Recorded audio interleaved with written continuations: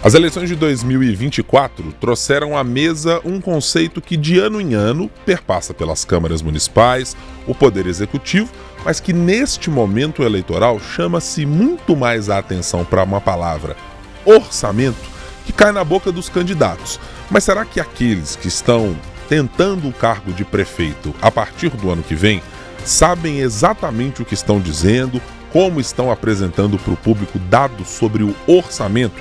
E você, nosso ouvinte e espectador, sabe exatamente como é feito um orçamento? O que existe nele? Como você pode conferir se aquele candidato que você gosta ou está querendo pesquisar está usando exatamente os números corretos? Esse é o tema que a gente vai tratar hoje no nosso podcast Tempo de Eleições. E para conversar sobre isso, claro, está aqui primeiro Thalita Marinho, sempre comigo nessa nossa bancada. Como vai, Thalita? Tudo bem? Tudo bem, Gibraim, e você? Tudo jóia. Vamos para mais uma etapa do nosso podcast. Mais uma etapa em que a gente está se propondo a ser o mais didático possível para ajudar você, eleitor, a ganhar familiaridade com alguns conceitos, como será o caso do orçamento. E para nos ajudar nessa tarefa, e especialmente para jornalistas com números, né, a gente vai conversar com uma especialista neste assunto. Estou falando da Isabela Biondini, que é mestre em administração pública pela Fundação João Pinheiro e também professora da mesma instituição e que é a nossa convidada de hoje. Muito obrigado pela presença, por nos ajudar aqui nessa conversa, Isabela. Eu que agradeço, gente. Agradeço realmente, porque eu acho a iniciativa fenomenal. Eu acho que agora é uma hora propícia para a gente poder conversar sobre orçamento público, né? É um tema que normalmente é árido, né? As pessoas têm muita dificuldade, principalmente com os conceitos que são usados. E essa pergunta que você fez, né? Se os candidatos sabem do que eles estão falando, agora é a hora da gente questionar, né? Até porque as eleições estão próximas, estão chegando, e conhecer um pouco a respeito dessa temática é fundamental para qualquer gestor público. E a gente escuta muito, né, Guilherme? O orçamento da prefeitura. A prefeitura tem um orçamento, a prefeitura tem... Principalmente daqueles que não estão na prefeitura, né? E aí o Guilherme já começou aqui, você já meio que começou a responder se os candidatos sabem o que eles estão falando. Mas eu vou abaixar um pouquinho aqui a nossa conversa para os eleitores, me colocando no lugar de eleitor também, né? A população não entende de fato, porque os termos usados são mais complexos, porque de fato não é muito claro, porque de transparência quase não tem nada, porque falta interesse. Nossa, eu acho que é um pouco de tudo, né? Primeiro, eu acho que tem a questão da dificuldade. Como eu disse, é um tema que é complexo. A minha disciplina na faculdade é uma das mais difíceis. E não é à toa, é porque realmente requer um debruçar sobre os números, mas mais do que os números é compreender a parte legal que está por trás disso. Porque há regras, né? Exatamente. Orçamento é regra. Antes de tudo, orçamento é lei, né? E mais do que isso, o orçamento começa agora. Nós, ao escolhermos um candidato, nós estamos escolhendo uma proposta de governo. Essa proposta de governo, ela vai se transformar em orçamento lá na ponta. E aí, depois não adianta dizer assim, eu não sabia que o candidato estava propondo isso ou aquilo, e isso não é algo que eu não comungo, que eu não concordo.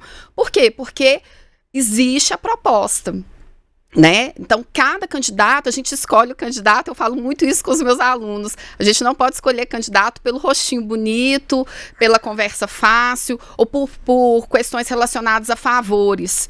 Porque, por incrível que pareça, isso ainda faz parte da nossa realidade, né? A gente tem que escolher o candidato pela proposta dele, entender, se debruçar, buscar informações, e aí depois, não conseguindo, gente, faz isso que a gente está fazendo aqui, né? Procura informações. Hoje a gente tem muita informação disponível, informação de qualidade na internet. Então, não é uma coisa que não está mais ao alcance do cidadão médio. Então deixa eu começar perguntando sobre orçamento, sobre um ponto de vista mais geral e que eu já ouvi em várias campanhas, não especificamente na deste ano de 2024, mas em outras ao longo da nossa trajetória aqui na Sempre Editora. Tem candidato que diz o seguinte: olha, a cidade é muito rica, tem um orçamento X. Por si só, dá para dizer se a cidade é rica ou pobre pelo volume do orçamento que ela tem. Então, se ele tem 5, 10, 15 ou 20 bilhões, ou tem algum outro componente que a gente tem que colocar para dizer o seguinte: não, essa cidade pode até ser rica, mas tem dinheiro efetivamente disponível? Nossa, aí você trouxe um mix de informações, né? Mas para começar explicando o que significa ter um orçamento X de 10 bilhões ou 10 milhões, né? Significa que você tem uma arrecadação próxima, a gente espera que seja isso, né? Próxima desse valor. E que você tem uma despesa próxima desse valor. A primeira coisa que a gente tem que entender é que a arrecadação, o Estado arrecada não para ter lucro. Não existe essa lógica de lucro. Tudo que é arrecadado deve ser gasto naquele exercício financeiro. Ou seja, a gente tem de 1º de janeiro a 31 de dezembro para executar aquele orçamento. Então, não deveria ser intenção de nenhum político, né, ou de nenhum município, estado ou da própria União arrecadar para sobrar recurso para o ano seguinte. Não é essa a intenção. O orçamento ele se fecha ali naquele determinado período. Então, o ideal era que a gente tivesse algo próximo de zero entre receitas e despesas, ou seja, o tanto que eu arrecado é o tanto que eu gasto. Isso seria o ideal, né? Pensando nesse ponto de vista. Mas a gente sabe que às vezes acontecem os imprevistos, e isso acontece. Imprevistos, né? Como pandemia, por exemplo, como tragédias, rompimento de barragem, né? A gente viu Brumadinho sofrendo muito. Exato, o Rio Grande do Sul agora, né? Então, assim, a gente tem que ter também uma reserva de caixa. Então, assim, você pode falar assim, então não tem que ter uma reserva? Tem.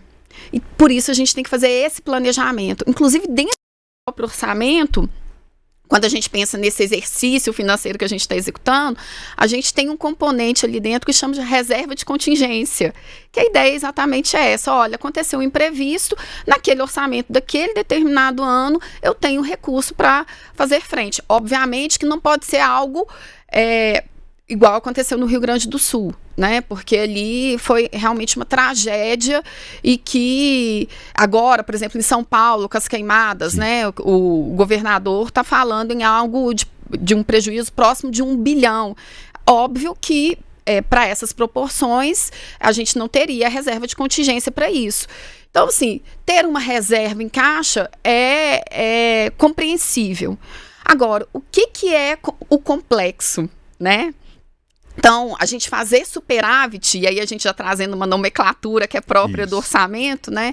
Que é esse superávit orçamentário e que depois vira um superávit financeiro, porque são coisas distintas. Quando a gente fala assim de orçamento, o que é o orçamento? Orçamento é planejamento. É você planejar. Então, você vai lá, coloca no papel quais são as políticas públicas que foram escolhidas pela população no momento da eleição, e depois eu transformo isso em números. Pensando quem vai executar, qual que é a secretaria, quais são os setores dentro dessa secretaria, quais são as equipes que vão trabalhar. E o que vai ser destinado a cada setor. Exato. Eu vou tentar pegar um exemplo, Isabel, para ver se a gente consegue tornar palpável para o nosso ouvinte. Uhum. Então eu vou pegar o candidato hipotético Z, que diz o seguinte: eu quero aumentar o número de médicos disponíveis para as unidades de saúde da minha cidade. Uhum. Mas ele tem um orçamento, ou seja, um planejamento, um número que ele já vem da gestão anterior. Sim. Para ele fazer um anúncio, essa perspectiva de que quer colocar isso, vai ter custo. Vai. E além de ter um custo, que é importante que saibamos, já tem o quanto aquela gestão gasta. Então, o quanto a prefeitura já gasta com essas pessoas. Então, o orçamento é para ele dizer, de eu saindo do ponto A para chegar no ponto B, o quanto cabe naquilo ali se eu vou ter mais um médico, 2, 3 ou 5, né? Isso, exatamente.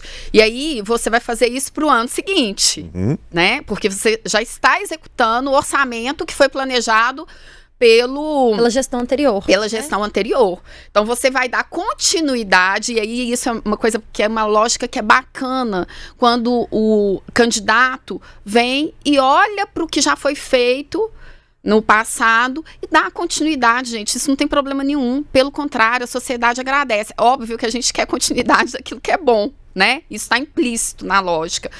Aquilo que é ruim, a gente tem que vir e alterar. Então, pegando o seu exemplo, a questão dos médicos, o que eu vou fazer?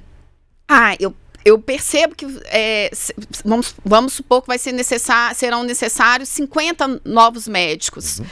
Então, eu vou conversar com a área de recursos humanos, se eu tenho uma área central, ela vai fazer o planejamento disso. Se não existe uma área central dentro do município, que seja o recursos humanos da área da saúde, faz o planejamento disso, consta isso no plano plurianual, porque é um planejamento para 4 anos, né? O plano plurianual, a lógica dele é isso, eu planejo para 4 anos. Só que o último ano, quem vai executar é o próximo da fila. Se você não for reeleito, né? Exato. Em eventuais decisões. Mas em alguma medida, o próximo da fila não vai ser você, mesmo que seja na segunda gestão, né? Então, a lógica do plano plurianual é essa, eu dar continuidade àquilo que já estava funcionando bacana. E aí, eu vou ter o tempo de um exercício para fazer o meu planejamento para os próximos 4 anos. Então, o primeiro instrumento é esse. Eu trago isso para o plano plurianual. Esse plano plurianual, gente, ele é tão bacana porque a ideia dele é colocar as políticas públicas na linguagem orçamentária. Olha para você ver. Então, quando a gente vê a lógica de funcionamento do setor público e a gente vê falando política de saúde, de educação, de meio ambiente, de turismo, isso tem que estar previsto no plano plurianual, que é o planejamento dos 4 anos. É óbvio que se você... Esse planejamento é chamado de planejamento estratégico. Igual nas empresas, na iniciativa privada, a gente tem. Vocês aqui têm um planejamento estratégico da empresa. E aí, você tem a possibilidade de rever esse planejamento. Porque é da lógica do planejamento estratégico fazer uma revisão. Para quê? Para você olhar o cenário externo, olhar como que está a condução interna. Mudar a rota, se for preciso. Exatamente. E aí você faz isso quando você está planejando a LOA, que é a Lei Orçamentária Anual, que é esse orçamento que é o dia a dia, que é a parte operacional. O que não consta no orçamento não existe. Então, para entrar no orçamento público, né, para você executar, para você falar assim, eu quero médico, ele tem que estar lá no plano plurianual e ele tem que estar lá na LOA. Porque se não tiver, ele não entra. Não pode por lei. Exato. Não significa que ao longo do exercício desse orçamento e desse PPA, desse plano plurianual, eu não possa alterar. Eu tenho mecanismos para poder fazer a alteração. Só que a boa prática indica que essas alterações não podem ser tão grandes.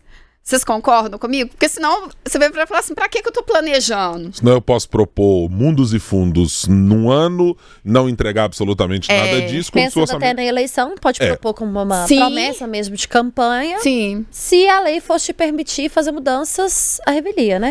Agora deixa eu voltar uma casa ou algumas aqui nessa conversa, Isabela, para entender uma questão. Bom, você falou no início da nossa conversa que orçamento, o modelo, digamos, ideal, é que o Estado não tenha necessariamente, ou a prefeitura, o Poder Executivo.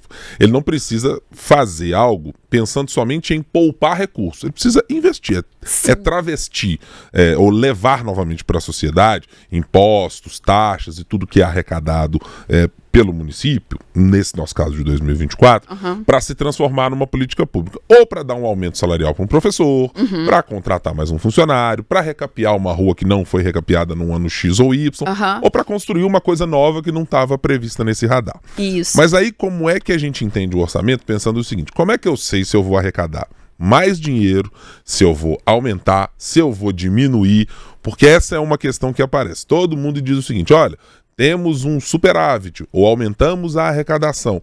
Isso quer dizer que automaticamente o meu orçamento vai ser muito melhor do que no ano anterior, vai ter dinheiro sobrando? Não, porque isso significa que você está pesando a mão sobre a população.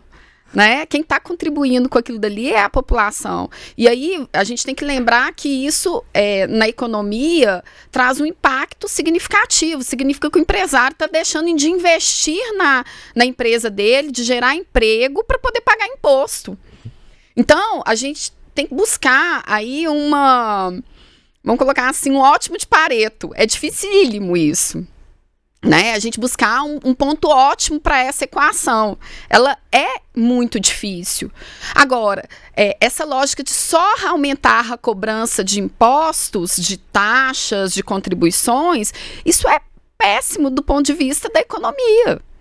Né? Então, a gente tem que pensar isso. O que eu quero? Eu quero que as empresas cresçam, que o comércio cresça, que os serviços que são executados no meu município cresçam. Então, eu não posso pesar a mão nisso, não.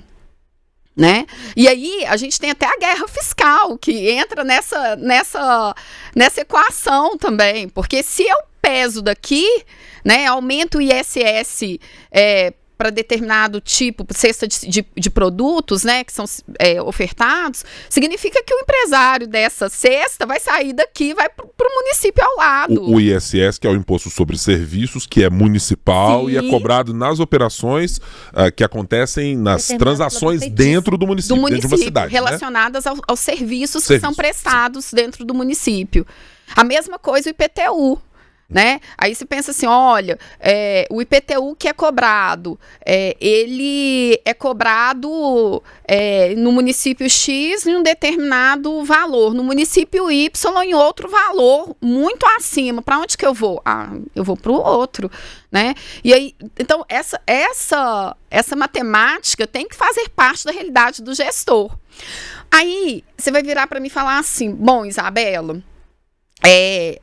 entendi a questão da receita. Mas a receita, adianta eu sair gerando receita sem ter para onde gastar? Ou sair gastando de uma maneira sem me preocupar com a qualidade do gasto? Porque hoje, gente, eu acho que uma das grandes questões que tocam a questão orçamentária ou financeira é pensar na qualidade do gasto. Sabe? Isso é o diferencial do gestor. Então, assim, eu tenho que pensar na parte de arrecadação, eu tenho que ter responsabilidade com a arrecadação, inclusive isso faz parte da lógica da lei de responsabilidade fiscal, né? Eu arrecadar, eu exercer a minha responsabilidade na arrecadação, mas é muito importante o gestor ter essa lógica da melhoria da qualidade do seu gasto. Então eu vou juntar com uma questão que está apresentada nas campanhas de todo mundo, país afora. Quando se pergunta, e nós jornalistas fazemos isso por hábito, um candidato tem uma proposta qualquer que seja, a gente sempre pergunta à campanha ou ao candidato de onde o senhor está pensando em tirar o recurso, ou de uma área já existente, ou criando, a partir de um aumento de arrecadação, outros recursos. O mundo ideal, Isabela, faria com que todos os candidatos apresentassem exatamente uma lógica de orçamento, é dizer, a receita vai vir daqui, a despesa vai vir daqui e o meu gasto final é esse? A lógica é essa. E é isso que eu acho que todos nós temos, nós enquanto cidadãos, a gente tem obrigação de acompanhar. Sabe? Não entendo os números, tá? Ótimo. Mas lá na porta da sua casa, como que estão as ruas? Vão cobrar do vereador? Pedir para que o vereador faça uma pressão no Poder Executivo? Vamos entrar em contato com o secretário responsável pela área? Por quê? Porque com isso a gente faz o nosso papel de acompanhar. E eu estou falando aqui do asfalto, mas é para tudo, né? É o médico que não comparece ao posto. A escola, a escola sem qualidade, isso. A merenda, por exemplo. Merenda escolar, transporte. Assim, Tudo, uma infinidade. Porque hoje, se a gente olhar para a atuação do poder público, ele atua em todas as áreas da nossa vida, em todas, né? É na educação, é na saúde, é na segurança pública, é no transporte, a política, em tudo. Né? Tem tudo. Ô, Isabela, eu queria te perguntar, quando você fala, né, que é importante o gestor ter esse olhar e entender de fato a questão do orçamento, do dinheiro, né, para ficar mais claro para quem está nos acompanhando. Ficou mais visível a partir do governo de Romeu Zema, quando o governador falava assim no seu primeiro mandato: no governo do estado eu vou colocar quadros técnicos, pessoas que entendam de finanças, pessoas que entendam de esporte, da educação, enfim. Em muitos casos não acontece, mas em alguns casos sim. E de lá para cá, desde o seu primeiro mandato, alguns outros políticos, prefeitos, enfim, começaram a tomar também essa postura de dizer: eu preciso de quadros políticos na prefeitura, sim, que são importantes, relacionamentos políticos, mas em algumas secretarias eu preciso de quadros técnicos, pessoas que sejam formadas em economia, pessoas que entendam de questões contábeis, enfim, estou trazendo aqui para a nossa conversa. Você, com a sua formação, com a sua visão, o quanto é importante para uma prefeitura ter de fato uma pessoa que entenda, que tenha estudado sobre finanças, que saiba falar sobre dinheiro e exemplificar, explicar e debater com o prefeito ou a prefeita, que seja, de que aquilo precisa ser levado daquela maneira porque vai trazer benefícios para o município ao longo dos anos. Gente, é fundamental. Ele que vai lá na Câmara Municipal e vai convencer, né, fazer o papel de mediar a discussão política, que perpassa em tudo, né? Todas as decisões são decisões políticas. Mas as decisões políticas elas serão melhor tomadas se nós tivermos por trás argumentos técnicos. O argumento técnico, ele dá suporte para uma boa decisão política. Eu queria lhe perguntar num outro aspecto. Esse é muito evidente e não dá para dizer que país afora nós tenhamos esse cenário tão bem consolidado dessa compreensão de como lidar com o orçamento público. Mas de maneira geral, pelo tempo em que a senhora já está em atuação, estamos melhorando a nossa qualidade de gestão do gasto público.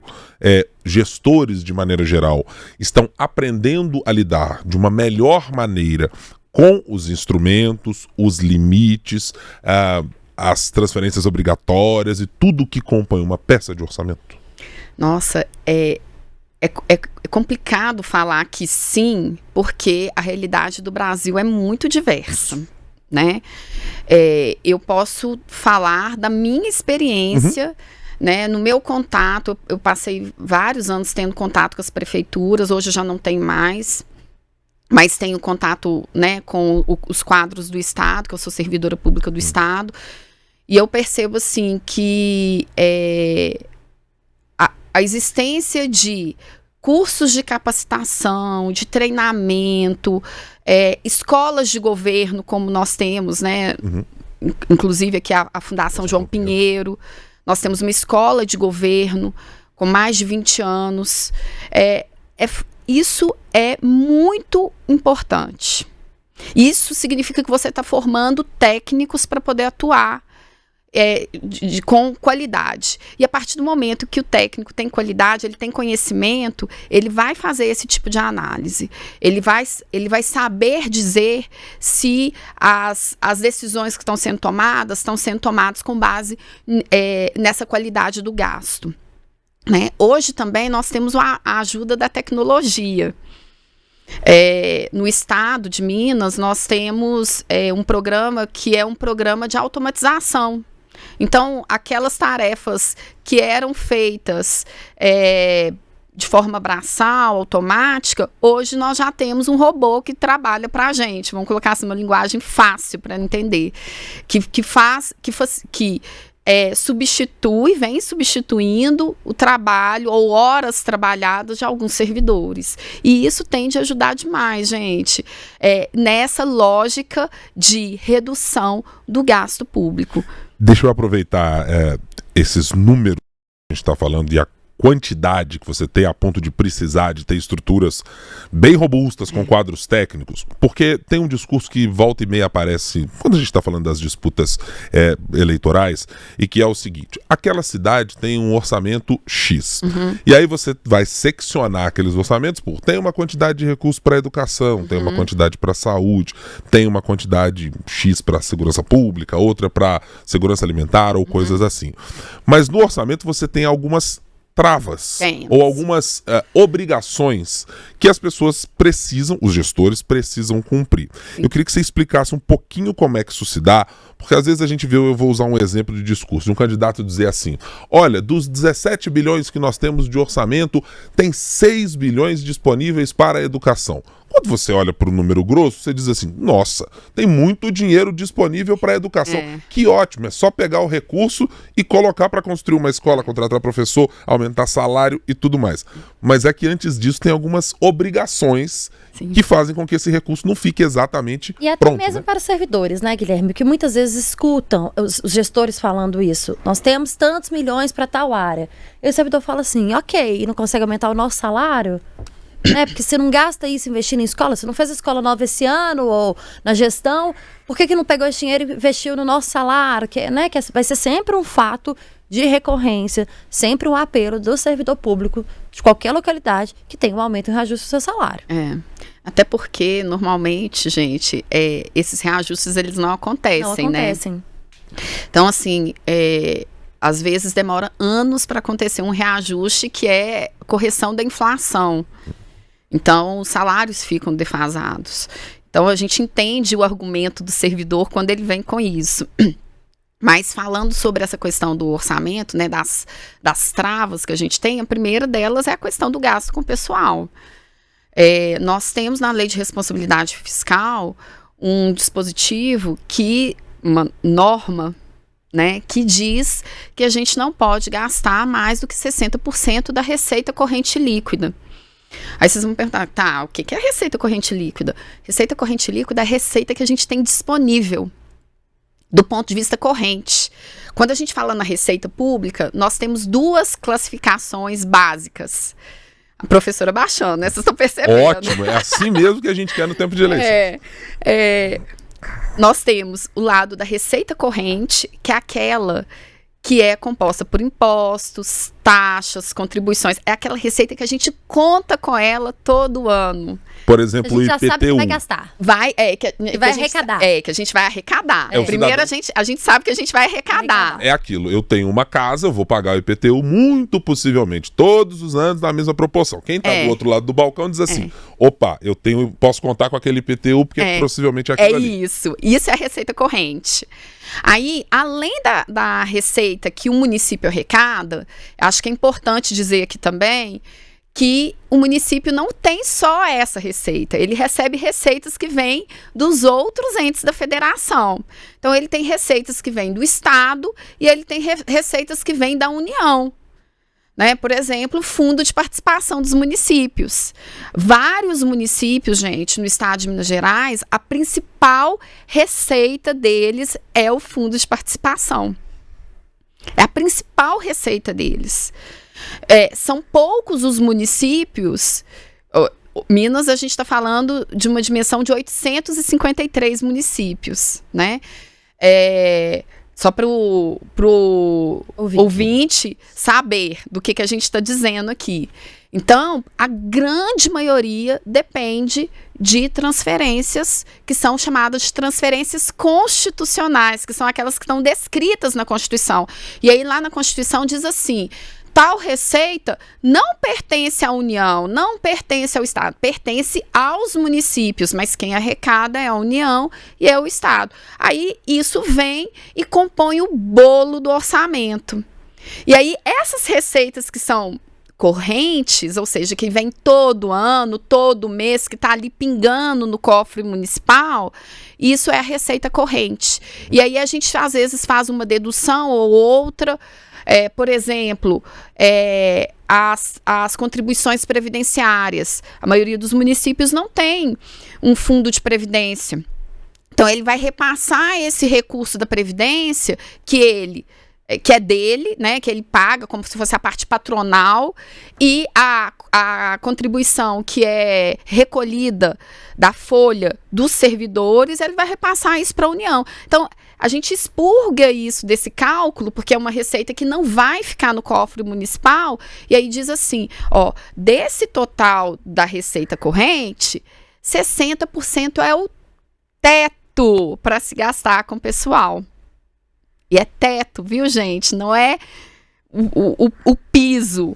Pode ter uma prefeitura, portanto, que se quiser gastar 30% com o pessoal, acho difícil, inclusive, isso acontecer, mas é possível que ela queira por uma opção de dizer, eu quero gastar 30% e o que sobrar eu vou usar para outros investimentos. Sim. E aí, nesse cálculo de pessoal, entra também a questão previdenciária, que hoje é um dos grandes problemas que nós temos na gestão pública, de qualquer nível, viu, gente? Estadual, municipal e federal. Então, a previdência hoje é um problema crônico e que compromete muito o nosso orçamento. Então, pensar na qualidade do gasto, nessa questão de buscar formas de se fazer o trabalho, de entregar a política pública, de atender ao cidadão de forma mais eficiente, é o que há, assim. Eu acho que hoje eu falo muito isso com os meus alunos em sala de aula. Assim, gente, a gente tem que aprender a fazer mais com menos. E eu estou falando isso do ponto de vista orçamentário. Porque, do contrário, o orçamento não vai fechar. E aí a gente vai enquadrar em déficits orçamentários. E aí eu quero fazer uma pergunta também, a gente está caminhando para o final aqui da nossa conversa, que esse é um cenário, e eu vou precisar puxar o exemplo de Belo Horizonte especificamente, porque acho que ele pode ser ilustrativo para a gente. Depois de alguns anos, esse é o primeiro ano de 2024, em que no orçamento da Prefeitura de Belo Horizonte se apontou uma possibilidade de haver um déficit, ou seja, arrecadar menos do que está previsto de gastar para o exercício de 2024, se eu aprendi bem com a professora até agora aqui no podcast. É isso mesmo. Isso é um problema. Isso pode mudar ao longo do ano, ou seja, pode surgir mais recursos de onde não se esperava, você pode mudar o orçamento, quer dizer que nesse ano teve um déficit, quer dizer que no ano que vem também vai ter ou não? Cada ano é um ano separado. Né? Cada ano é um ano, cada ano é um exercício financeiro diferente, que é o nome técnico que a gente dá para isso, né? Que é o do dia 1º de janeiro a 31 de dezembro. Agora, a questão é, de onde está vindo esse déficit? Identificar qual que é a causa dele e tratá-lo é fundamental para que possamos encontrar uma solução para os exercícios seguintes. Não repetir. Exatamente, porque do contrário, o que vai acontecer? A gente vai gerar déficits sucessivos e isso vai gerar algo que ninguém quer, que é a tal da dívida pública. O déficit financeiro, gente, significa dívida. E dívida significa imposto, que não está sendo cobrado agora, mas que vai ser cobrado das gerações futuras. É exatamente isso. Ou seja, a escolha de 2024, que cada um dos nossos ouvintes, eleitores e espectadores, ela não é única e exclusivamente para 2025. Ela é para 2025, 26, 27, 28, 29, 30 e assim sucessivamente, né? Ter uma saúde financeira nos municípios, me parece, com tudo que a gente conversou aqui, fundamental. Sim. Né? Para que nós, que estamos dizendo várias vezes, olha, o Brasil é um país que a gente paga muito imposto, a gente paga muita taxa, paga muito tributo. Estamos até dia tal, né, no mês de maio, pagando apenas impostos, né? Mas impostômetro. Se não houver esse planejamento orçamentário acompanhado pelas pessoas, também fica um pouco difícil da gente depois reclamar no futuro, né, Isabel? Exato. E aí a responsabilidade é nossa. Agora é o momento da nossa escolha, né? Agora, que eu tô falando aqui 2, 3 meses. Não, menos do que isso, um mês. Um mês, é verdade. A gente já tá em setembro, verdade. Então, 33 dias. Exato. Então, a nossa escolha, esse momento é o momento de escolhermos bem para não lamentarmos no futuro, né? Então, pessoas que tenham compromisso com a responsabilidade fiscal, gestores que tenham esse compromisso, entender que esse compromisso ele não é contrário à parte assistencial, né? Exatamente, ao ter o compromisso significa que o gestor está dizendo para a população assim, nós vamos continuar prestando a política pública no futuro, porque a gente vai ter condição financeira para poder arcar com isso da melhor forma possível. Então, porque às vezes a gente coloca como se fosse uma balança de um lado aqui, e isso é muito falado, né, quando a gente ouve falar de teto de gastos, né? Então, assim, de um lado, você é a favor do teto de gasto ou da continuidade das políticas públicas? Uma coisa não tá contrariando a outra, não. É exatamente o contrário. Ao ter a responsabilidade fiscal, eu estou dizendo para a população que eu vou me comprometer a buscar uma gestão mais eficiente, a ser mais austero, a pensar melhor, a fazer melhores escolhas para as políticas públicas que vão ser implementadas dentro do meu território. E que eu quero continuar prestando essas políticas públicas para a população, entregando para a população as demandas que ela traz, né, no seu dia a dia. Agora, se a gente entende que a responsabilidade fiscal é o contrário disso, a gente está dizendo, então vamos gastar tudo agora e amanhã a gente entrega para Deus. Né? É um pouco isso. E o futuro, né? A Deus pertence. É tudo que não pode. A gente vota exatamente para não deixar o futuro única e exclusivamente a Deus pertence. Quero agradecer muitíssimo a Isabela Biondini, mestre em administração pública pela Fundação João Pinheiro, professora da instituição, por nos ajudar, e eu espero que a gente tenha conseguido fazer isso para o nosso ouvinte, o nosso espectador, a pelo menos desenhar um pouco para ele como é que se presta atenção no orçamento. E sempre lembrando, né, tem portais de transparência, está disponível nas câmaras municipais. Todos os anos tem essa mesma discussão sobre lei de orçamento anual, sobre lei de diretrizes orçamentárias, sobre o PPA, né? O PPAG no caso do governo do estado, que são essas avaliações, os planos mais longevos. Sim, pode parecer complexo, mas tem a ver com a nossa vida e com a zeladoria que você quer ver na rua da sua casa. É isso aí. Se você quer a zeladoria lá funcionando, você tem que ficar olhando para a rubrica lá do... Tem dinheiro para isso? Tá gastando bem ou tá gastando mal? Acho que é importantíssimo a gente olhar para isso. Quero muito te agradecer pela presença aqui, Isabela. Gente, eu adorei estar aqui com vocês. Eu achei a iniciativa, como eu disse no início, eu acho essa iniciativa um espetáculo. Acho que é isso mesmo. Nós temos, assim, que trazer isso para o cidadão comum, para ele entender o poder que ele tem nas mãos. E que ele vai exercer daqui 33 dias. Exatamente. Nós estamos contando que a gente tem até uma folhinha ali que a gente vai riscando. Isso mesmo. Thalita Marinho, mais um ótimo episódio pra gente e a gente volta... Nós estamos aprendendo demais aqui, né, Guilherme? Já aprendemos a decifrar pesquisas da forma correta. Sim. Né? Já aprendemos tem a ver com números também. Prefeito. Já aprendemos o que faz um prefeito, o que deveria fazer um prefeito. O que faz um vereador... E quem comandou a Câmara Municipal, o que deveria fazer um vereador. E ao longo da nossa trajetória a gente vai explorar mais isso. Orçamento hoje. Tá bom. Finanças. Gente, muito obrigada, viu? Obrigada a você, viu, Isabela? Foi muito bom e o convite já está feito para voltar, para falar mais com a gente. Nossa, volto mesmo. Pode manter esse convite, que vai ser um prazer estar aqui com vocês. Pode deixar que a gente cumpre os combinados, sim. A gente respeita o nosso, não é um orçamento, mas é a palavra pública.